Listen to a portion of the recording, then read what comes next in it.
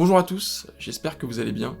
En tout cas, je suis ravi de vous retrouver pour continuer notre série sur l'année 2021. Et avant de commencer, je souhaitais apporter une précision, c'est que le film dont on va parler aujourd'hui, La Loi de Téhéran, n'est pas sorti en 2021, puisqu'il est sorti en 2019, mais dans son pays d'origine, en Iran. Et en revanche, en France, il est sorti en 2021, donc, et je l'ai vu au milieu de tous les films dont on a parlé dans cette série. Et d'ailleurs, c'était le premier film iranien que je voyais de ma vie, même si c'était pas aussi dépaysant que ce que je pouvais m'imaginer. Parce qu'on a un film avec un style très occidental, même très américain pour le coup, qui fait preuve d'un grand souci de réalisme et d'identification aux personnages, même si on verra que c'est un peu plus compliqué que ça. Aujourd'hui on parle du dernier film de Saïd Roustahi, La Loi de Téhéran.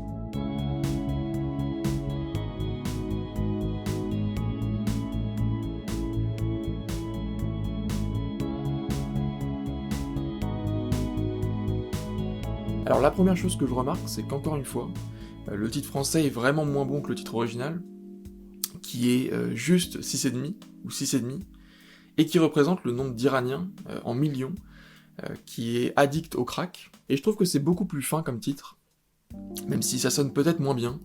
On a une idée qu'on comprend seulement si on a vu le film, alors que le titre français est beaucoup plus général, et je sais pas pourquoi on a absolument besoin de dire que ça se passe à Téhéran.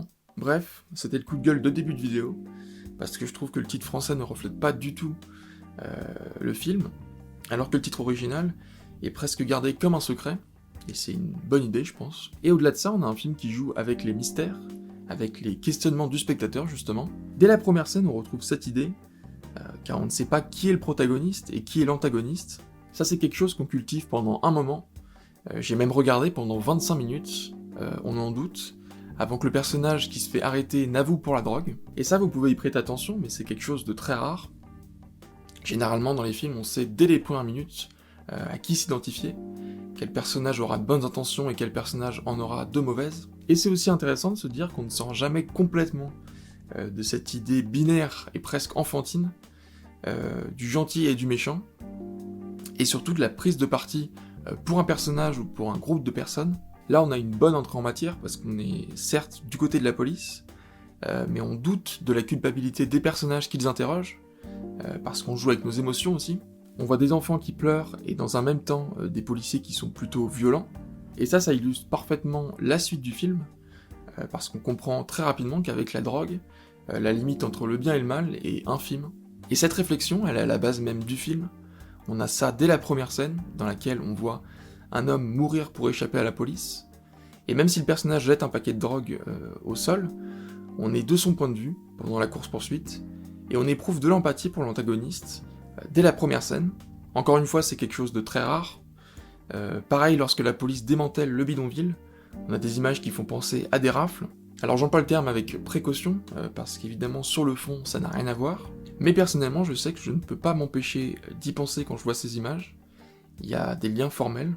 Et c'est une idée qu'on ne quitte jamais vraiment, puisque dans la deuxième partie du film, on suit davantage l'antagoniste Nasser Raghzad dans la prison que les supposés protagonistes. Petit à petit, l'intérêt se déplace vers ce personnage, plus que vers les policiers.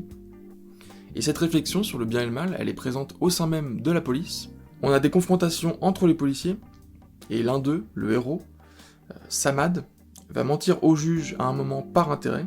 On a une vraie problématique autour de ça, au sein même des forces de l'ordre. L'un d'eux a perdu son enfant dans une affaire liée à l'enquête qu'il mène, et il y a une volonté de vengeance en lui qui est importante. Et cette réflexion, on la retrouve jusqu'à la fin. Dans la troisième partie, on est triste pour Nasser, même si c'est un personnage antipathique, on a pitié pour son sort. Et la situation se retourne aussi, parce qu'on comprend qu'il souhaite que sa famille soit éduquée, que les enfants ne grandissent pas avec le même sort que lui. C'est une volonté qui est noble en soi, mais c'est la manière de la mettre en œuvre, par la drogue, qui est responsable de la dépendance. On comprend alors que le vrai mal, en quelque sorte, c'est la pauvreté, c'est son existence même, parce que c'est elle qui amène la drogue et la dépendance. C'est en tout cas ce que semble dire la fin du film, et c'est une problématique qui structure le récit, qui est clairement divisée en 3 parties, qui durent chacune 40 minutes à peu près. Dans la première, c'est la recherche de Nasser, qui n'est au départ qu'un nom. On met en œuvre un grand suspense avant de découvrir son visage. Dans la deuxième, on l'emmène en prison et on a une séquence qui est très longue dans les cellules. Et dans la dernière, on juge les personnages et on les condamne. Et si on regarde encore de plus près, On se rend compte qu'en plus de la structure en 3 parties, on a aussi une structure en 2 parties, en sachant que dans la première, on suit davantage Samad, et dans la seconde, Nasser. On a une sorte de polyrythme pour les amateurs de musique, c'est-à-dire à la fois un rythme binaire et ternaire. C'est une construction très intéressante. Et pour structurer le récit, on a aussi une caméra qui reste en tension permanente. Quand on regarde bien, on n'a jamais de plan fixe. Bon, ça c'est quelque chose de très fréquent aujourd'hui dans la mise en scène. C'est pas quelque chose que j'aime particulièrement, mais je trouve que dans ce film, c'est très à propos. Mais même au-delà de ça, une chose que j'ai observée, c'est que la caméra suit souvent les mouvements des personnages. On a ça dès le début avec la voiture, et c'est un élément de mise en scène qu'on retrouve tout au long du film. Quand ils arrêtent Nasser, par exemple, et dans le plan d'après, quand il est à l'hôpital, et ça représente bien finalement la démarche du film, qui est d'être le plus réaliste possible, de nous faire adhérer à la situation, et de nous emmener avec les personnages. Et encore une fois, ça participe à notre réflexion sur le bien et le mal, parce qu'on voit que ce n'est pas la mise en scène qui nous permet de juger les personnages. Dans un film comme OSS, on a parlé il y a quelques semaines, ou même dans le dernier, France, la mise en scène induit quelque chose de notre perception et de notre jugement des protagonistes. Alors dans ce film aussi nécessairement, mais beaucoup moins. On est beaucoup plus proche de ce qu'on avait déjà vu sur Titan par exemple. Sauf que là, la mise en scène est très impliquée dans ce processus, et donc en ce qui concerne la tension que crée la mise en scène, il y a une scène que j'ai trouvée particulièrement intéressante, c'est quand il débarque chez un prétendu consommateur de drogue, au début du film. Je trouve que la montée en tension est très bien conduite. D'abord on a ce plan sur la femme et les enfants qui montent dans la voiture, et lorsque la porte se ferme, le chien sort d'une autre voiture, et ce chassé-croisé va permettre d'établir un lien entre les deux personnages, qu'on va retrouver plus tard. Donc là, Samad pense que c'est fini, le chien n'a rien trouvé dans la maison, et on a un moment de rien, il ne se passe rien pendant quelques secondes, c'est quelque chose de rare au cinéma, et c'est dans ce rien, je trouve, que se cache tout le génie de la scène, parce qu'il y a une part de nous qui se dit qu'elle n'est pas là pour rien, et c'est confirmé ensuite quand le chien sort de la maison, on a un gros plan sur lui, ce n'est pas anodin au cinéma, et immédiatement le père de famille se recule en voyant le chien, et donc on comprend à ce moment-là qu'il va se passer quelque chose, et on est dans un suspense qui est très riche, je trouve, puisqu'on a un bruit de fond qui est quasiment indescriptible, qui nous permet de nous concentrer quasiment exclusivement sur l'image, et quand Samad sort de la voiture, on a des zooms sur la scène qu'il observe et sur son visage, qui soulignent la compréhension du personnage, le fait qu'il est en train de saisir toute l'ampleur de la situation.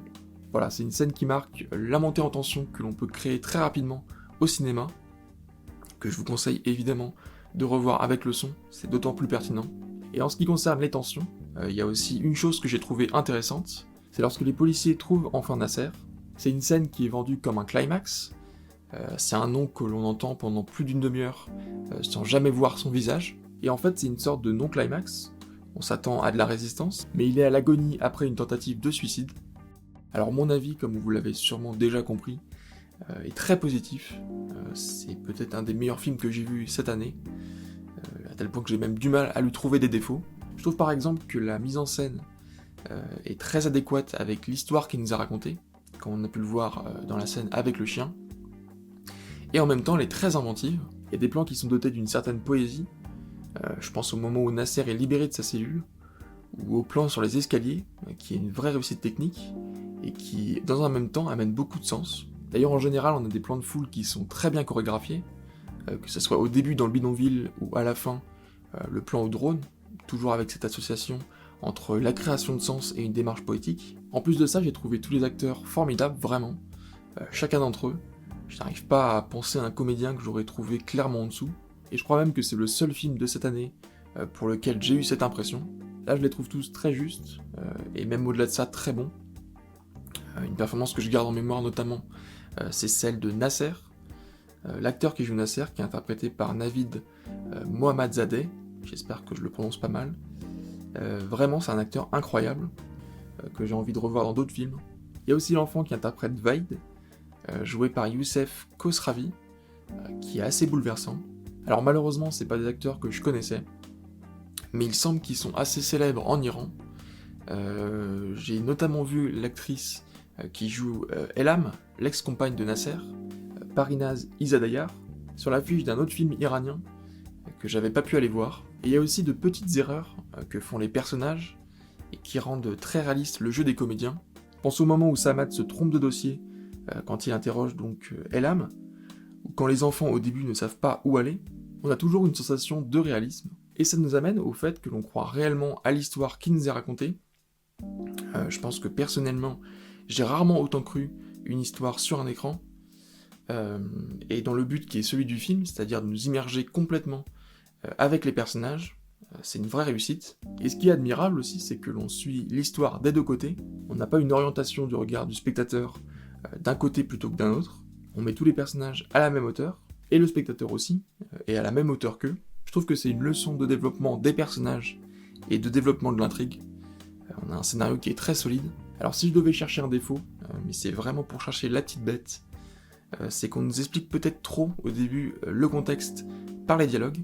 Après j'entends que c'est très compliqué de le faire comprendre autrement aux spectateurs, mais voilà, j'aurais préféré que ce soit pas par dialogue, parce que j'ai tendance à trouver ça trop facile, même si le film n'en abuse pas non plus. Ma déception c'était surtout de constater qu'on est incapable de faire un film comme ça en France, à la fois en termes de mise en scène, de scénario, mais j'ai aussi du mal à imaginer un acteur qui pourrait jouer ne serait-ce qu'un de ses rôles dans le film.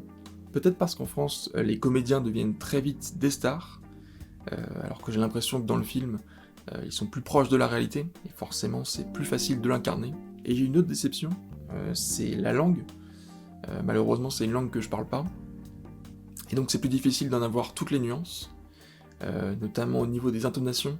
On ne sait pas si c'est vraiment l'intonation de la langue ou si c'est celle que donne le personnage. Et donc on perd toujours un peu de compréhension dans ces cas-là. Mais en même temps, c'était aussi quelque chose d'agréable d'entendre une nouvelle langue, un peu comme quand on visite un autre pays. Donc voilà, un très bon film, que j'apprécierais je pense de revoir encore et encore. Je sais que la première fois que je l'avais vu, j'avais pas particulièrement prêté attention à la scène avec le chien. C'est en la redécouvrant que j'ai pu l'apprécier pleinement. Voilà, c'est quand même un film assez dur psychologiquement, dans le bon sens du terme, parce qu'on est marqué par ce qu'on a vu, mais pas traumatisé non plus. Je sais que je l'ai vu avec quelqu'un qui n'apprécie pas particulièrement la violence au cinéma, mais là c'était acceptable pour elle. Sur ce, je vous remercie d'avoir regardé cette vidéo, j'espère qu'elle vous aura plu, et si c'est le cas, vous pouvez vous abonner, ça m'aidera beaucoup, et moi je vous dis à très vite.